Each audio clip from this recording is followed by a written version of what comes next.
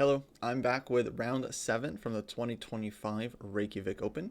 For this round, I was paired against Mathieu Blanchet, 2091 from France. And going into this game, I just won the morning game, so my score was 4 out of 6. And here I was playing with the black pieces. So the game starts with d4, knight f6, c4, g6. And basically, I knew my opponent was a d4, c4 player from looking at just a few of his games, but I actually had no idea what he was going to play against the King's Indian, so I was kind of going into the game blind. However, I did review some stuff before the game. Anyways, in the game, we have knight c3, bishop g7, knight f3, d6, and now bishop to g5. So this is an older system. In fact, this is one I used to play as white myself when I was getting up there around 1900, 2000, 2100, playing this with white. And this is called the Smyslov system. And it's actually kind of a positional approach. White usually wants to put the pawn in e3 and then play against black's dark-squared bishop by playing kind of a restrictive game. Okay, but black does have a lot of options here, and I went for one of the sharper approaches with h6, bishop h4, and now c5. So asking white to clarify the center. In this c5 break, I think this makes a lot of sense given that white's bishop has now left the queen side, because now white has committed to bishop h4, and so black's idea is to open up the diagonal and challenge white on some of these dark squares that have been left behind. So here my opponent goes d5, which I was definitely happy to see. e3 I think is a much more solid approach where white just tries to keep the tension. With d5, this one is admittedly more aggressive where white tries to take space and fight for advantage. But now I go g5, bishop g3, knight h5, typical idea, fighting for the dark squared bishop. And here white plays e3. And I was extremely happy to see this move because this allows me to execute an opening idea that I remember discovering around 2 years ago or so. Not on my own, Engine just showed it and I thought it was a very, very cool idea. And in fact, there have been a couple of games like this as well. So at this point, this has just become a little bit of nuanced theory. So here's the idea. Black goes knight takes g3, hg, and then follows up with bishop takes c3 check, which is hard to do for any King's Indian player, myself included. And in many cases, it's not really good to give up the bishop, even if you do double white's pawns, because you leave yourself with too many dark square weaknesses. But here, after b takes c3, black's idea is the absolutely incredible move, king d7. And I remember the first time I looked at this position, and yeah, basically after e3, it's all forced, and the engine already gives black a small advantage, something like 0.4, which for the opening is incredible. I mean, for the King's Indian to get a small advantage with black out of 10 moves, I mean, that never happens, right? White would have to just completely blunder. But so far, white has just made all natural moves, and just like that, we get this incredible structure where white gets these fixed weaknesses on c4, c3, and d5, just a very calcified structure on the queen side. And now after king to d7, which I believe is just an amazing move, black slides the king over to c7, where it's actually going to stand incredibly safely, and opens up the queen to be able to transfer to g8 and then g7, taking control over the long diagonal, again, that was left behind by the bishops. And I feel like this is a common thing in the King's Indian, other fianchetto openings. When the dark squared bishops get traded off, it's actually very important whose queen will be able to assume this long diagonal, because well, it's a very, very strong diagonal and you want your queen on it. And then when the queens are off the board, a lot of times it comes down to whose king, can start controlling some of the dark squares, because there are no longer any diagonal pieces that can mess with the king. But anyways, that's a long ways away from here. So yeah, I was very happy to get this over the board, and I realized my opponent must not have been familiar with the idea, because if he was, he would have seen that the engine already likes black here, and so very few players, I think, would enter this position as white, knowing that black has the advantage. So white's mistake was e3, and I think queen c2 would allow white to at least get the type of position they're looking for from this line. Now bishop takes c3 makes no sense, because white will take back with the queen and have a very strong queen on c3. But of course, this position is very, very playable. A lot of times black takes on g3, castles, f5, and we get a very double-edged position. But that would be an absolute game. So e3, and yeah, play king d7. At this point, I'm still playing my moves really quickly. There's no sense in hiding that this is prep. In fact, I wanted my opponent to believe it was prep, because I kind of wanted to intimidate him. If I spent 20 minutes and played king d7, my opponent would probably feel like I'm like, what am I doing? I'm like going crazy, making some wild decision, and probably play a lot more aggressively to punish me. But by playing the move quickly, I'm showing a lot of confidence. Like, yeah, I know this king d7. I like my position. Let's play. And I think it really kind of projected onto the opponent, because right away I could tell he was uncomfortable, and for good reason, because the problem here for white, in addition to their structure being bad, is actually they just don't really have a good plan here. Right, there's like nothing that white can really do to break through on the queen side if black wants to stay solid, and there's nothing they can do to break through on the king side either.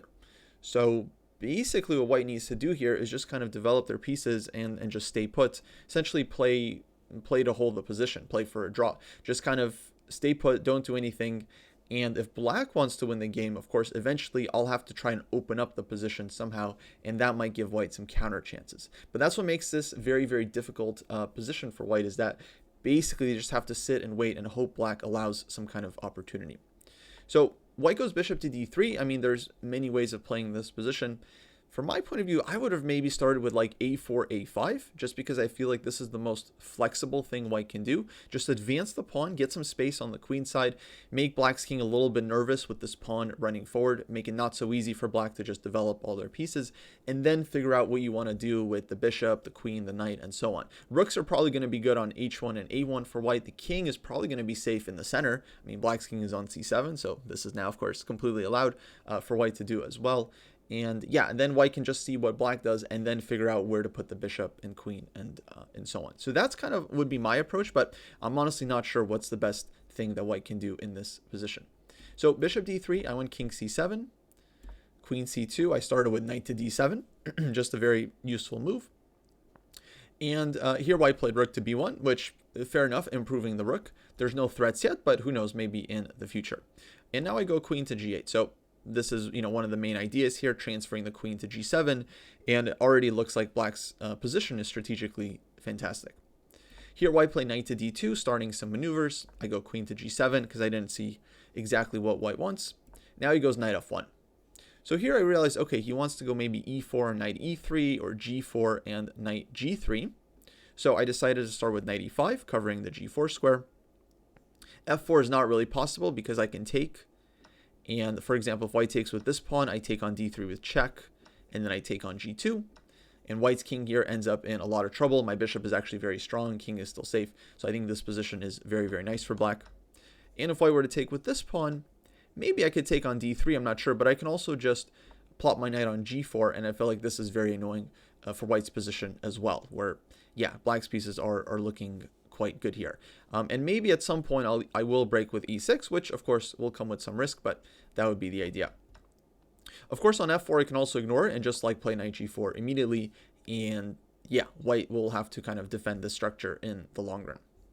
So e4 gets played, and I didn't think this was such a great idea for white because it kind of restricts the bishop on d3, which is now just going to be a bad piece for the whole game. And the knight on e3 I think is well placed, but it's not really threatening to go anywhere. If it ever plays like knight to f5, I'll trade off my light square bishop for it and happily play good knight against bad bishop. I'll play that structure any day. In the middle game, in the end game, I think black would have great chances. So here I decide to play h5. And at this point, I already started spending a good amount of time because I wasn't sure how exactly I want to play the position. But then I realized this simple plan of h5, h4 does pose some difficulties to white. If white takes with the g pawn, I'll recapture with my pawn as well, open up the g file, and start putting some pressure on the king side. So knight e3, I went h4, takes, pawn takes. I could maybe take with the rook, but I thought it's stronger to keep more pieces on the board, give white more more things to worry about. And now comes bishop e2. And I think the point of this move is so that the bishop just isn't hanging on d3 in every position. I can take, and there could be some tactics. But also I think white was maybe worried about this idea of knight to g4, which I definitely would consider. So for example, white could maybe try king d1 here to try and run with the king to a1 and just improve the king like that, and then bring the rooks over to the king side and start fighting there.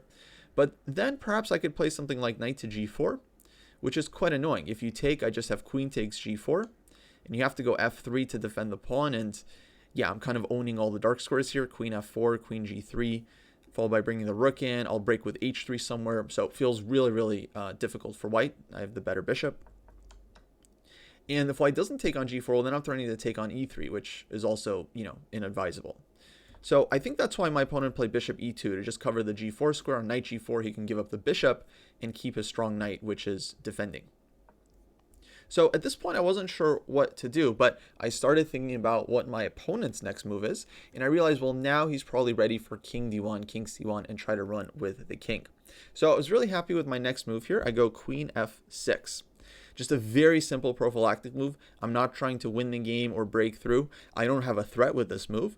I'm just stopping my opponent from doing what he wants to do, which is to move the king away by latching on to the f pawn. And so here white goes rook f1, which was expected. Now maybe wanting to play f4. So I go queen f4 and just kind of shut it down. And yeah, this position I thought is like an absolute beautiful picture. I mean, all my pieces are extremely well placed. White has no counterplay, no breaks, basically nothing to do but just kind of try to shuffle around and bunker down. My opponent was also spending a lot of time, which I think was kind of a practical mistake.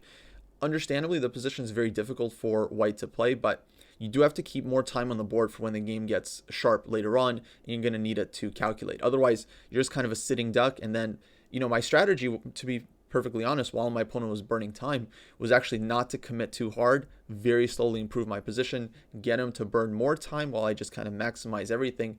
And eventually, once we're at move 30 or something, and he's only got a few minutes left, then I could try to open up the position and start posing some tactical problems. And I think black can play this a number of ways, but I feel like the practical aspect is also very, very unpleasant here for white. So queen f4. Now white goes king to d1. And once again, I asked myself, what's my opponent's next move? Which is actually something I've been doing, I think, much better at in this tournament, is just asking what's my opponent's idea, what's their next move, and kind of trying to play against that, or at least incorporate it into my thinking. So here I realized, okay, he wants to go king c1, king b2 again, as before. And I decided to play this move, rook to g8, which prevents the king from stepping to c1 because I'm just winning a pawn with rook takes g2, thanks to the pin, and now rook takes f2, and white's position is collapsing. So rook g8, and yeah, now it's just hard for white to continue. He played rook to b2, strengthening on the second rank. And here I was actually already considering this move h3, excuse me. And I do believe that this would be quite good for black. In fact, I was pretty close to just playing h3 right away. So if bishop takes, and the rook is hit on f1, and if g3, the idea would be to play rook takes g3, sacrificing the exchange. Takes, queen takes e3, which during the game I was kind of second guessing a little bit, like, is this necessary? I'm so much better. Why do I need to sack the exchange? But actually, like, I spent a few minutes kind of thinking about this kind of position and thought it's just completely hopeless for white, because all my pieces are actually great. Okay, my rook is still on a8, but very quickly I can go bishop d7 and bring the rook out. And of course the h-pawn here is extremely strong. So I'm wanting to play like h2 and queen to g1. I can take the second pawn with g3. And yeah, I just evaluated this position as completely lost for white, because it's very hard for white to do anything. If they try to activate the queen, as soon as the queen moves, something starts hanging. Queen d2, I just take on e4. And then h2 is coming. I have all kinds of ideas with, bishop g4, knight c4 is also hanging. And once the rook gets into the game, I mean, my pieces are just completely dominating. Especially the knight on e5 is just an absolute monster. Defending everything, and so on. So I was actually kind of looking forward to getting this exchange sack on the board. But I decided, like, there's no rush. Why not just start with bishop d7? Like, my opponent's not threatening to save the king. They don't really have any way of improving their position. Bishop d7 just makes it a little bit annoying. Now there's like some bishop a4 tactics in the position. You never know. And yeah, why not just open up the rook on a8? So if I do sack the exchange, my second rook can come in and support. So queen b1.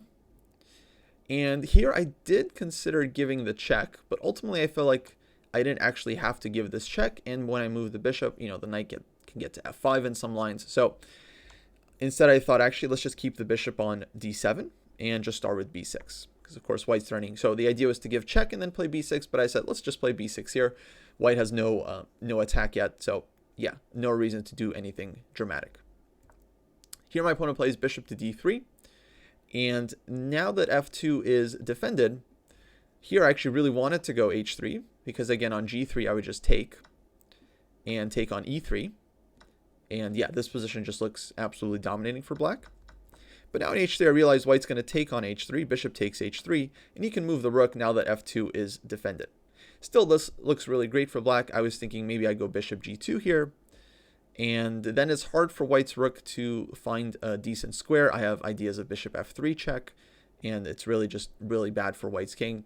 Maybe white will go rook h7, and yeah, I feel like it should be very, very good for black. Actually, I can consider this check.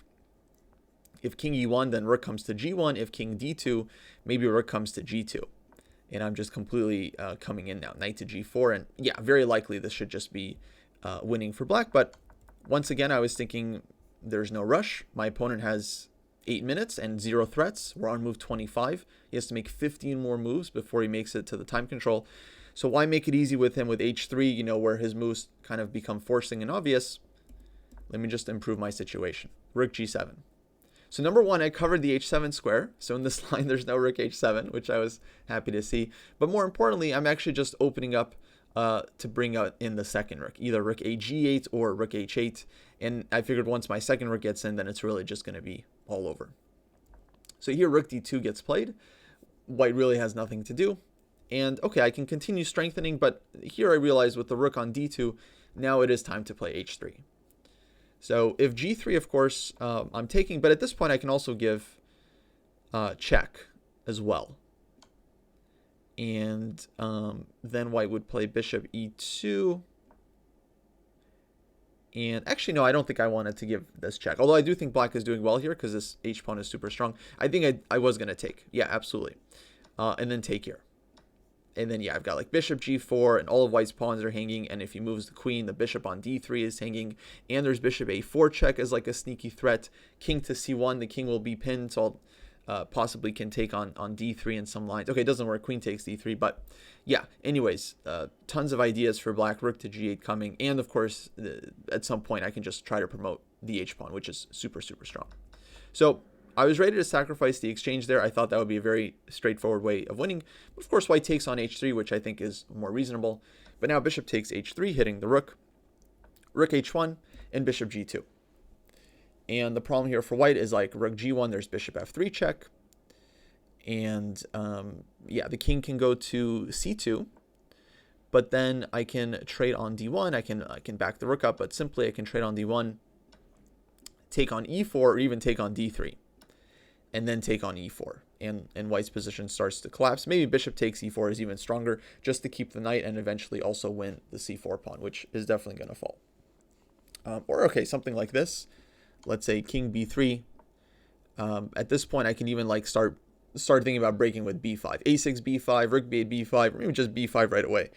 And yeah, it's hard to imagine that white's king can really survive this. Maybe that would have been the best chance. Of course, black has other options here as well. In fact, I can consider taking on d3, queen d3, bishop takes e4, like this. Or if rook takes d3, then yeah, check, and then yeah, e4 is going to hang as well. So rook g1 felt like is not good. Rook h5, bishop f3 check I have. And if rook e1, then knight f3. And white's losing the exchange, and black presumably should convert from here. So on bishop g2, white's forced to take, knight takes g2. But now I recapture, and now I just get this dream knight against a bad bishop on d3. So at this point, I felt like, yeah, the game should essentially win itself. Rook f1 was played. I bring in the second rook, rook h8. Now looking to come down, rook h3, rook h2, and just start collecting pawns. And queen c2. Okay, at this point, white basically has one last, hope in the position, queen a4. Followed by some potential counterplay. I mean, on queen a4, I could move my king, and the knight on e5, beautifully covers c6, d7, all the checks.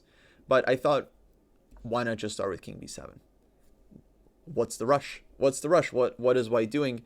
And here, if he goes queen a4, well, then his queen is kind of getting farther away from his king, and so I can start considering like queen f3 check or rook h3, and white's position starts to collapse. I don't think I want to take here, but I could also take here because this is just one check on d7. Let's say king b8, rook takes d3, queen takes e4. Black is still in total control, and I think it's white's king that's going to suffer here. But yeah, I have options. I don't have to take on d3. I can just continue building up my position as well. So instead, white played rook e2, but this allows me to essentially finish the game with very nice move, queen f3. So pinning the rook, hitting the bishop on d3, which has no moves, and now white's only way to defend the bishop is to play king to d2, because the rook is pinned. But here comes rook h3, and now it's game over because white has no way of defending the bishop on d3. Queen takes d3 is coming with check. The bishop has no moves, and if rook e3, I've got queen takes e3 with a nice finish. So yeah, after rook h3, my opponent resigned. As you can imagine, I was very happy to win this game. I felt like, okay, I got a great idea on the board in terms of the opening. That was cool. But then I was really happy with how I progressed and managed the middle of the game, like not really rushing, slowly improving my position, playing prophylactically, stopping my opponent's ideas. I think it's a lot easier when you have like such a nice position to do this to someone, but still I felt like I had to find some good ideas to convert smoothly. So overall, very happy with this game. One of my best, let's say, positional games. And yeah, now I'm on 5 out of 7 in the tournament. There's 2 rounds left to play. This next round, round 8, I'm going to be facing Grandmaster. So that, I'm sure, will be a very, very tough game. And yeah, hopefully I will see you back here for the next recap. Take care.